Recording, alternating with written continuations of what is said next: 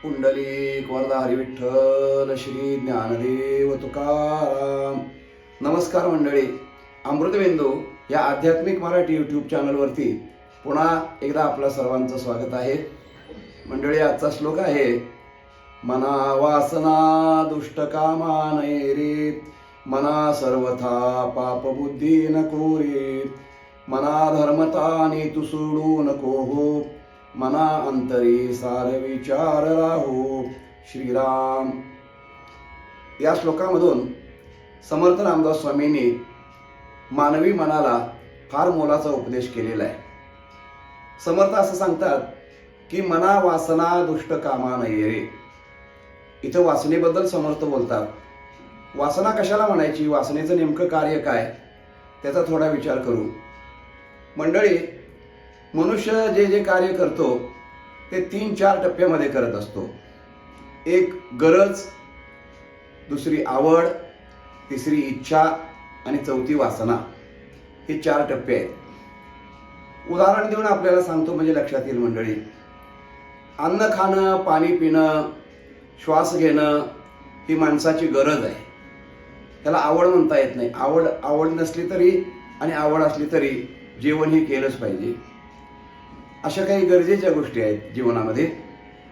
त्यानंतर येते ती आवड. आवड कशाला म्हणतात? आवडीची गरज असते किंवा नसते, पण ते मला आवडतं म्हणून मी करतो. उदाहरण जर सांगायचं झालं तर आहार घेणं ही गरज आहे, पण मांसाहार घेणं ही शरीराची गरज आहे का? मंडळी, बिलकुलही गरज नाही आहे. मांसाहार ही शरीराची, मानवी शरीराची बिलकुल गरज नाही. तरी माणसं का खातात? ते आवडीनं खातात. ती गरज नाही पण आवड आहे. कोरोनाच्या वेळेचा एक प्रसंग आठवतो मंडळी. काही आहार तज्ञांनी असं सांगितलं होतं त्यावेळेला की कोरोनापासून जर सुटका करून घ्यायची असेल तर मांसाहार केला पाहिजे, अंडे खाल्ले पाहिजेत असं सांगितल्यामुळं बरेच शाकाहारी लोक मांसाहार करायला लागले. त्यावेळेला असं ऐकायला मिळालं की काही मंडळी जन्मभर कधी मांसाहार करत नव्हती, पण त्यावेळेला करायला लागले. का करायला लागले? तर ते कल्यानंतर आपण रोगातून मुक्त होऊ म्हणून. पण गंमत अशी झाली मंडळी, ज्यांनी शाकाहार सोडून मांसाहार सुरू केला त्यापैकी बरीच माणसं त्या रोगामध्ये मेली. परंतु ज्यांनी शाकाहार घेतला आणि आपल्या आरोग्याची नीट काळजी घेतली ती बरीच माणसं बचावली. याचं कारण असं आहे की त्याची गरज नाही, शरीराला गरज नाही आहे, पण ते आपण करत असतो. माणसं करतात. ही आवडीचं झालं. तिसरा विषय असा आहे की मनुष्य काही गोष्टी इच्छा असतात माणसाला. इच्छा कशाची असतात? इच्छा ही अशी आहे की ती पूर्ण झाली तरी काही हरकत नाही आणि अपुरी राहिली तरी फार काही बिघडत नाही. अशी गोष्ट जी असते जीवनात त्याला इच्छा म्हणतात. उदाहरणार्थ, मला विमान प्रवास करायची खूप मनापासून इच्छा आहे, परंतु घडलं नाही माझ्या जीवनामध्ये अजून, आणि पुढे घडेल का न घडेल हेही सांगता येत नाही. परंतु ठीक आहे, घडलं तर ठीक, नाही घडलं तरी काय अडचण नाही. अशा स्वरूपाच्या ज्या गोष्टी असतात त्याला इच्छा म्हणतात. पण मंडळी, वासना हा जो प्रकार आहे हा फार वाईट आहे. वासना ही जीवाला अतिशय चिकटलेली असते. ज्याप्रमाणे मुंगळा गुळाला चिकटतो, तो तुटून निघतो पण अखंड निघत नाही, तसा जीव आणि वासना एकत्र झाल्यानंतर ते एकमेकाला सोडत नाही. एवढंच नव्हे तर एका जन्मात नाही तर जन्मजन्मांतरामध्ये ती वासना जीवाला चिकटलेली असते. आणि वासनेचा परिणाम असा आहे की वासना एकदा जीवाच्या ठिकाणी निर्माण झाली की ती एका जन्मात नाही, 2 जन्मात नाही, 10 जन्माने किंवा त्याचा भोग आपल्याला भोगायला लावते. असं हे वासनेचं स्वरूप आहे. म्हणून अध्यात्मामध्ये, परमार्थामध्ये वासनेला फार दूर ठेवायला सांगितलेलं आहे. वासना समूळ खणून काढावी म्हटलेलं आहे. अंतःकरणातून वासनेला खणून काढलं पाहिजे, तर मग त्या ठिकाणी प्रयोग होत असतो आपला परमार्थाचा. तर अशा पद्धतीनं ह्या वासनेचं रामदास स्वामींनी फार महत्त्व या ठिकाणी सांगितलंय. त्या वासनेपासून जीवानं दूर राहिलं पाहिजे. कोणती वासना? तर त्या ठिकाणी महाराज म्हणतात की दुष्ट वासना जी आहे ती माणसाच्या ठिकाणी माणसाला घात करणारी आहे.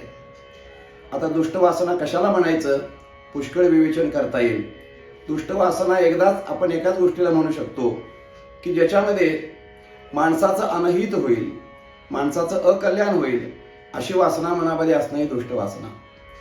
उदाहरणार्थ, रावणाच्या मनामध्ये सीतेचा भोग घेण्याची वासना निर्माण झाली. काही गरज होती का? 80,000 स्त्रिया रावणाला होत्या. त्रैलोक्याचं राज्य एकछत्री राज्य असल्यासारखं रावणाकडे होतं. इतका असताना वासना इतकी वाईट आहे की सीतेचा भोग घेण्याची वासना निर्माण झाली. आणि त्या वासनेचा परिणाम काय झाला तर 6 महिन्यामध्ये सहकुटुंब समूळ रावणाचा नाश झाला. इतकी वाईट वासना आहे. आणि म्हणून वासना ही जीवाच्या ठिकाणी बिलकुल नसावी. आणि पाप वासना ही तर अजिबात नसावी, दुष्ट वासना ही तर अजिबात नसावी असं महाराज म्हणतात. आपल्या देशाला भारत हे जे नाव पडलेलं आहे हे भरत या राजामुळे पडलेलं आहे. तो सार्वभौम राजा होता भारताचा. बरीच वर्ष राज्य केल्यानंतर वयाच्या उत्तरार्धामध्ये राज्य आपल्या पुढील वारसांना सोपवून वनामध्ये भगवत चिंतनाकरता भरत राजा गेलेला आहे. तपश्चर्या साधना कर्म करण्यामध्ये तिने कालक्रमाला केली. आणि ती करत असताना अंतकाळ जवळ आला. त्यावेळेला गंमत अशी झाली की एकदा नदीला आंघोळ करत असताना त्या भरत राजाला एक हरणी त्या नदीवरती पाण्याला आलेली दिसली. आणि ती हरणी पाणी पित असताना वाघाची डरकाळी ऐकायला आली. आणि वाघाची डरकाळी ऐकल्यानंतर ती हरणी जीव घेऊन पळायला लागली. त्या नदीच्या पलीकडे उडी मारायचा प्रयत्न त्या हरणीने केला. आणि त्या प्रयत्नात तिचा गर्भ पोटातून खाली पडला. तो त्या राजाने ते कोवळं पाडस बघितलं, त्याच्यावर प्रेम निर्माण झालं. आणि त्या पाडसाला नेऊन राजाने सांभाळलं, लहानाचं मोठं केलं. त्याचा जीव इतका गुंतला त्या पाडसामध्ये की रात्रंदिवस त्याचं चिंतन, परमात्म्याचं चिंतन करण्याकरता वनामध्ये गेला. पण चिंतन त्या हरणाचं होऊ लागलं. आणि मरणाच्या वेळी माझ्या या पाडसाचं हरणाचं कसं होईल अशी जीवाच्या ठिकाणी वासना राहिली. आणि त्याच क्षणाला जीव गेला. महाराज म्हणतात की त्या भरत राजाला हरणीच्या पोटी जन्म घ्यावा लागला. जड भरत राजा हरणी गर्भा गेला, घाला तो घातला वासनेने. म्हणून वासना ही जीवाला अत्यंत हानिकारक आहे. महाराज म्हणतात की मना, तू तुझ्या ठिकाणी दुष्ट वासना बिलकुल धारण करू नकोस. वासनेमध्ये सद्वासनाही आहे. सद्वासना ही माणसाला उन्नती करण्याकरता उपयुक्त आहे. उदाहरणार्थ तुकाराम महाराजांनी म्हटलेलं आहे ना, ऐसे आवडते मना देवा पुरवावी वासना. संतांची भेट व्हावी, परमात्म्याचं चिंतन व्हावं, अशा प्रकारची वासना मनामध्ये मरताना जर असेल तर आपण चांगल्या कुळामध्ये जन्माला येतो. पुढील जन्मात आपला परमार्थ उत्कृष्ट अशा प्रकारचा होतो. ही सद्वासना झाली. ती एखाद्या वेळेला चालते, परंतु दुष्ट वासना मनामध्ये बिलकुल असू नये हे समर्थ आपल्याला सांगतात. म्हणून मना वासना दुष्ट कामा नये रे. त्याचबरोबर मना सर्वथा पाप बुद्धी नको रे. माणसाची बुद्धी ही भगवंताने दिलेलं फार मोठं वरदान आहे माणसाला. बुद्धीच्या योगानं मनुष्य कुठंपर्यंत आज जाऊन पोहोचलेला आहे बौद्धिक पातळीवरती हे आपल्याला वेगळं सांगण्याची गरज नाही. मंगळावर चंद्रावरती पोहोचलेला आहे. सूर्यमालिकेच्या पलीकडे जाण्याचा प्रयत्न मनुष्य करायला लागलेला आहे. हे सगळं बौद्धिक सामर्थ्य आहे. परंतु बुद्धीच्या ठिकाणी पाप बुद्धी, पाप ही जर उपाधी त्या बुद्धीला लागली तर ती चांगली असणारी बुद्धी सुद्धा विघातक कार्य करू शकते.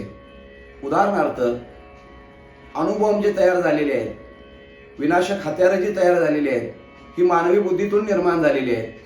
परंतु ती जर नको त्या माणसांच्या हातात गेली, पापबुद्धी असणाऱ्या माणसांच्या हातात ती जर हत्यारं गेली तर या जगाचं काय होईल, या विश्वाचं काय होईल ह्याची आपण कल्पना करू शकत नाही. म्हणून बुद्धीच्या ठिकाणी सद्बुद्धी असावी, पण पापबुद्धी माणसाच्या अंतःकरणामध्ये नसावी. याकरता मना सर्वता पाप बुद्धी नको रे असं समर्थ या श्लोकामध्ये सांगतात. आणि त्याच्या पुढे जाऊन समर्थ सांगताना असं म्हणतात की मना धर्मता नीती सोडू नको. हे मना, तू स्वधर्म आणि नीती ह्या दोन गोष्टींचा त्याग प्राण गेला तरी करू नकोस. माणसाने स्वधर्माचा त्याग करू नये एक, आणि नीतीचा त्याग करू नये. स्वधर्म म्हणजे काय? स्वधर्म याचा अर्थ मनुष्याला जो धर्म दिलेला आहे भगवंताने त्याला स्वधर्म म्हणतात. आपल्या धर्माची आता व्याख्या वेगळी आहे, पण अध्यात्मामध्ये धर्माची व्याख्या वेगळी आहे. तेव्हा माणसाचा जो धर्म आहे त्याला स्वधर्म म्हटलेला आहे. त्याचा त्याग मनुष्यानं करू नये आणि नीती सोडू नये. नीती कशाला म्हणायचं तर नीती म्हणजे शास्त्राने वेदाने जे नियम घालून दिलेले आहेत त्या नियमाप्रमाणे आपल्या जीवनामध्ये आचरण करणं ह्याला नीती असं म्हणतात. हल्ली नीती आणि अनीती हा विचारच माणसाने सोडून दिलेला आहे. नीतीच्या बद्दल जर बोलायचं झालं तर किती नीतिमान माणसं होती पूर्वीच्या काळामध्ये. एक दृष्टांत सांगतो म्हणजे आपल्या लक्षात येईल मंडळी. पूर्वीच्या काळामध्ये राजे आणि राजांचे वेगवेगळ्या खात्याचे प्रधान असायचे. अर्थ खात्याचा एक प्रधान एका राजाचा होता आणि शेजारी राजाला असं ठरवलं की त्या प्रधानाला फितूर करून घेऊन आपण मोठा भ्रष्टाचार त्या राज्यामध्ये करायचा. त्याने आपल्या एका प्रधानाला त्या राज्यामध्ये पाठवलं आणि त्याची भेट घेऊन त्याला आपली योजना सगळी सांगायला सांगितली. तो शेजारच्या राज्यातला प्रधान आला. या प्रधानाच्या घरी गेला. संध्याकाळची वेळ झालेली होती. तिने आगत स्वागत वगैरे केलं. बसा म्हणली या. तो प्रधान बसलेला आहे. पण त्याने गंमत अशी एक बघितली की तो ज्या ठिकाणी बसलेला होता तिथे चौरंगावरती 2 तेलाच्या समयी होत्या. दोन्ही तेलाने भरलेल्या होत्या. एक समयी प्रज्वलित केलेली होती व एक शांत समयी होती, लावलेली नव्हती. त्या प्रधानाला काही कळलं. 2 समयी ठेवले तर एक लावलेली आणि एक बंद. काय बरं म्हटलं असेल काय असेल ते असेल. त्यांनी सांगितलं की म्हणले महाराज मला तुमच्याशी थोडं बोलायचं आहे. तो प्रधान काम करत होता. ठीक आहे म्हणलं 1 मिनिट थांबा महाराज. त्यांनी काय केलं चालू असलेली समयी बंद केली आणि जी बंद होती ती समयी पुन्हा लावली आणि त्या प्रधानाला सांगितलं आता बोला म्हणले. काय काम आहे तुमचं माझ्याकडं. तो प्रधान बुचकळ्यात पडला की म्हणले बोलायचं होतं. मी म्हटल्यानंतर हा चालू असलेली समयी बंद काय करतो, बंद असलेली समयी लावतो.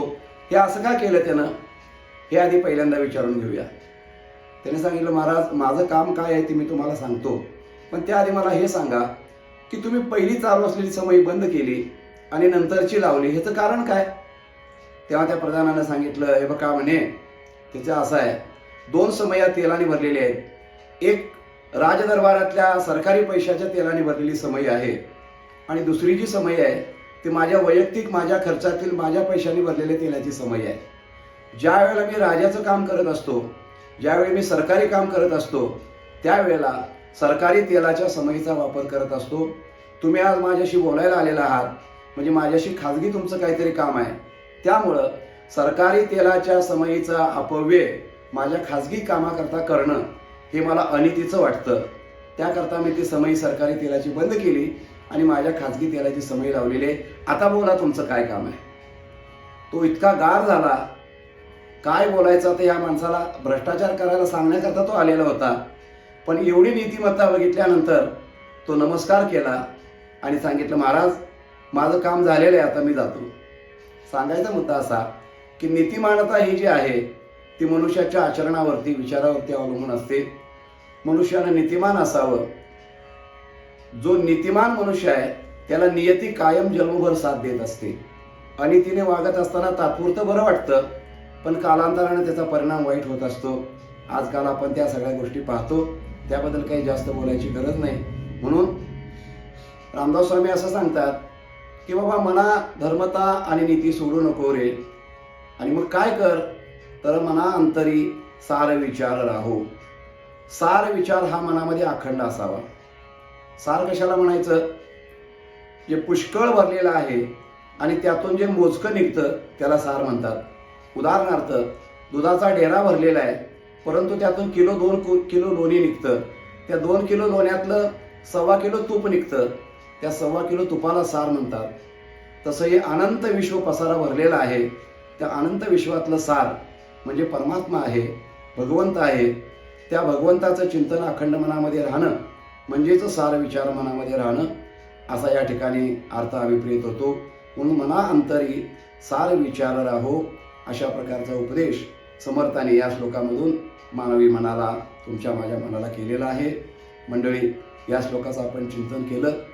हा भाग आपल्याला कसा वाटला, आवडला का ते आपण कळवा. चॅनलला लाईक करा, चॅनल सबस्क्राईब करा व इतरांनाही चॅनल बघायला अवश्य सांगा.